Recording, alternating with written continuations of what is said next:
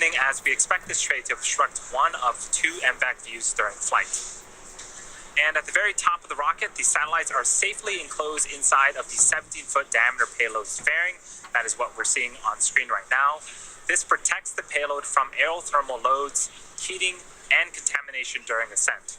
Once we reach the vacuum of space, we will jettison the fairing as the second stage continues its journey to orbit. For today's mission, our fairing is making its third flight, and we will be attempting to recover the fairing halves from the water following landing on our chartered recovery vessel, HOS Briarwood.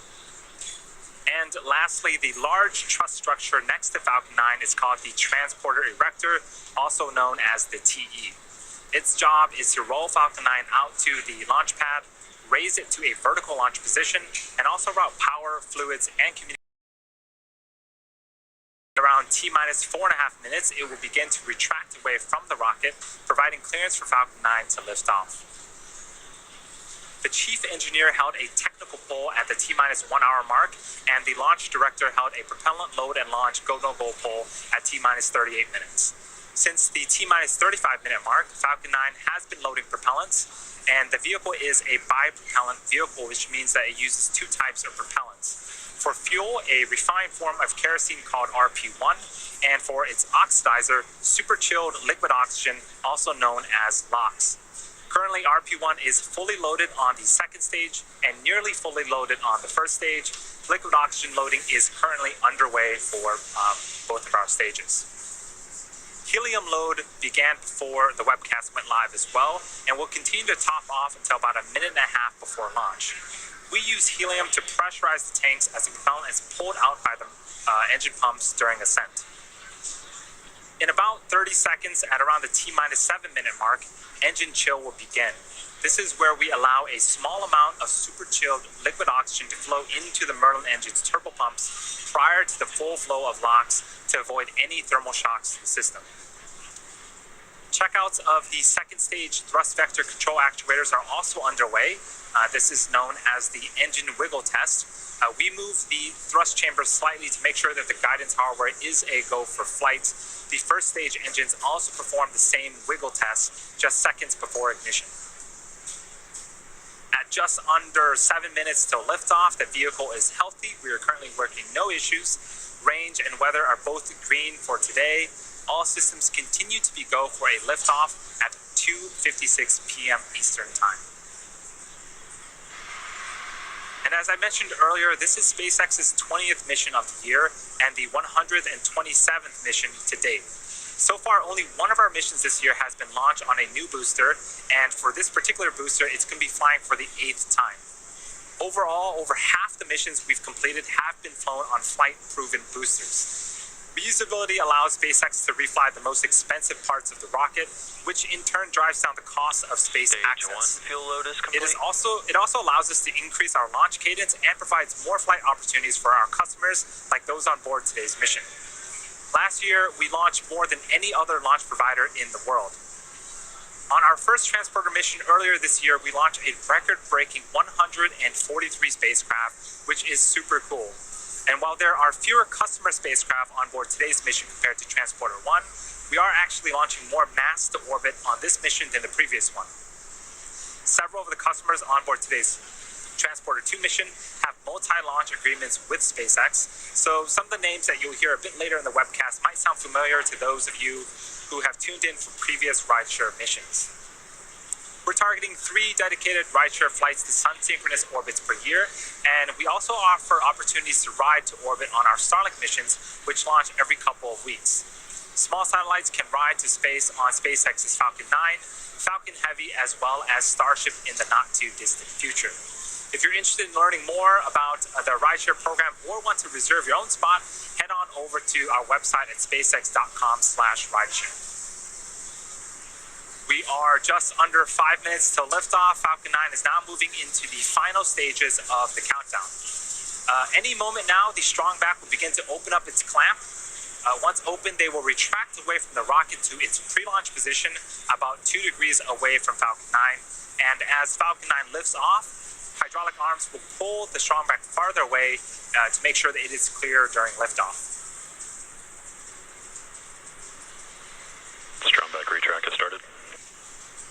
so there was the call out for strong back retract. You can see the clamp arms just under the fairing start to open up. The strong back is part of the transport erector, also called the TE. Again, its job is to roll Falcon 9 out to the launch pad, raise it to a vertical launch position, route power, fluids, and communication to both the rocket and satellite.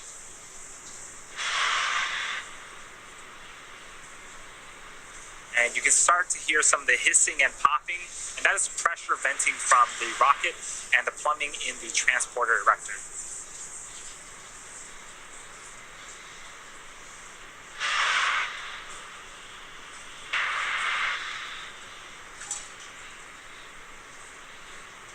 So at this stage, the strong back should be reclined to its pre-launch position, 2 degrees away from Falcon 9. The vehicle remains in good health. The first and second stages are almost done fueling. Gaseous oxygen is also vented from the base of Falcon 9. That is the chillin of the Merlin engine turbopumps. About a minute before liftoff, you will hear the announcement that Falcon 9 is in startup, which means that the rocket's own internal computers are now autonomously controlling the launch countdown.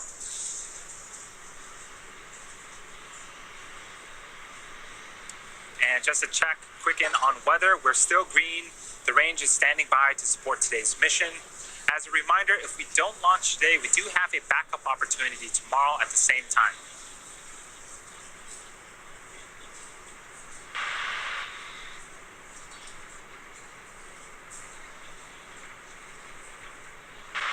For those that are just tuning in, on screen is a live view of Falcon 9 at Space Launch Complex 40 off the coast of Florida.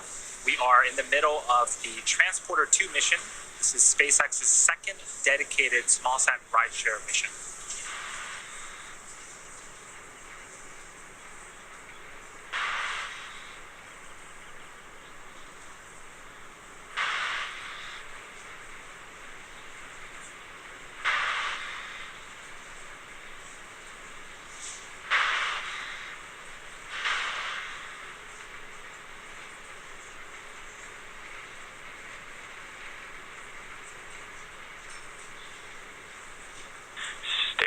Locks load complete. And there was a call up for second stage locks loading complete. That is the last of propellant load. Falcon 9 is now fully fueled and ready to lift off in about a minute and 40 seconds.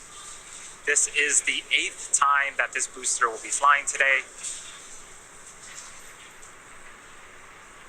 And a bit later on in the mission, we'll also be attempting to recover it for the 8th time. Back at landing zone 1.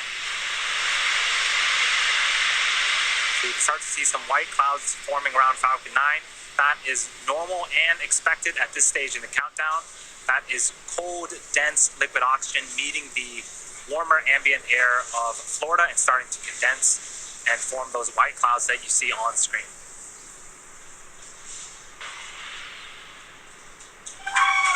Flight computers in startup. So we have some excitement here in Hawthorne, but Falcon 9 is no go. We'll hold at 30 seconds of range. Status does not change.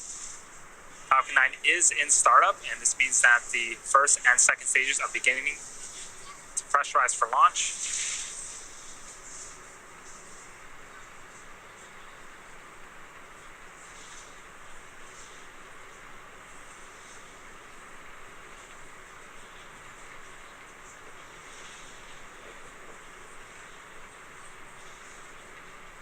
We're just about 20 seconds away from liftoff. LD, this is RCN. Countdown range is no-go. Repeat, range is no-go. Hold. And we did hear the call to hold. Give us a second. We're going to check in with the teams and see if we can get some more information for you. The countdown hold due to a failed range.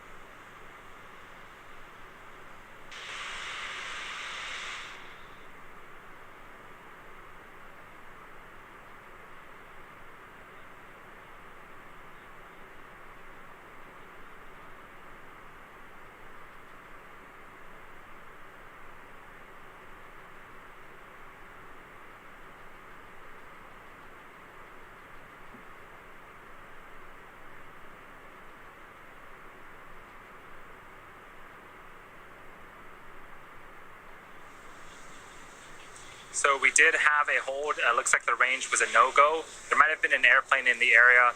We do have a backup opportunity tomorrow, but for today, that's going to do it for us. Hopefully you'll join us tomorrow for the next launch attempt of Transporter 2.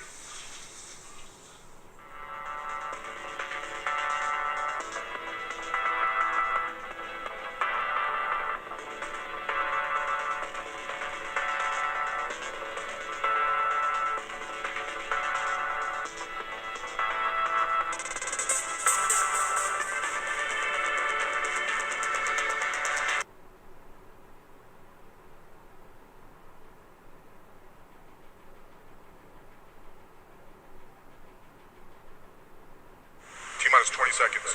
Stage 2 tanks pressing for flight. Flight computer has control of the vehicle. Do we see anything on the sensors that's a problem? Nothing right now. Nothing. I'll say go for launch.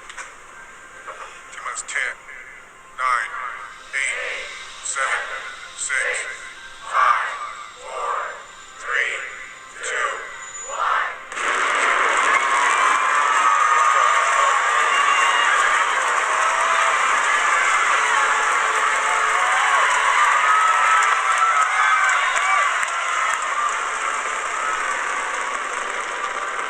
It's going, baby. It's going. Come on, baby. Let's go. All right, side. Check it out.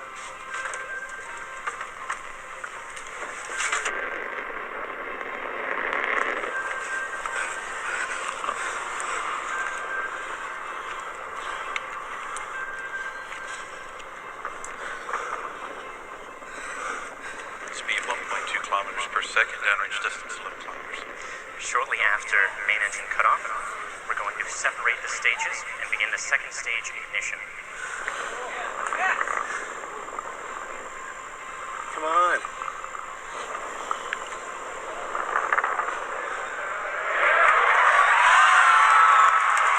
Main engine.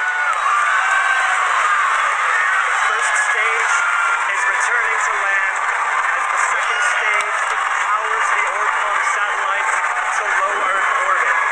The fairings have successfully deployed.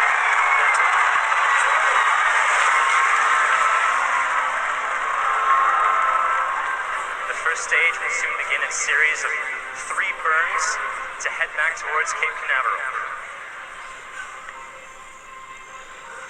Okay, where's the... Okay, this is bad. Potentially bad.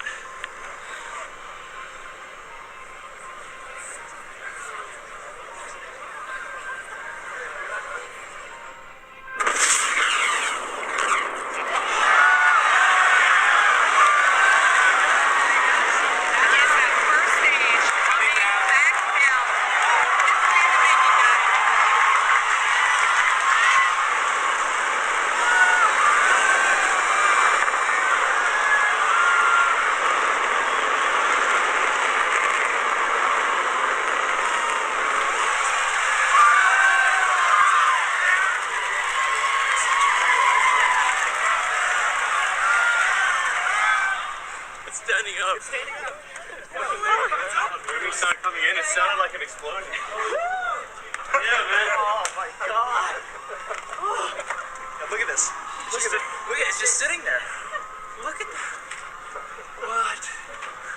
Holy smokes, man.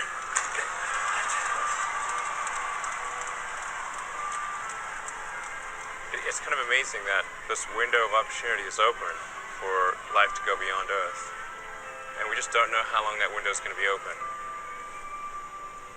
The thing that gets me most fired up is that creating a self-sustaining civilization on Mars would be the greatest adventure ever in human history. It would be so exciting to wake up in the morning and think that that's what's happening.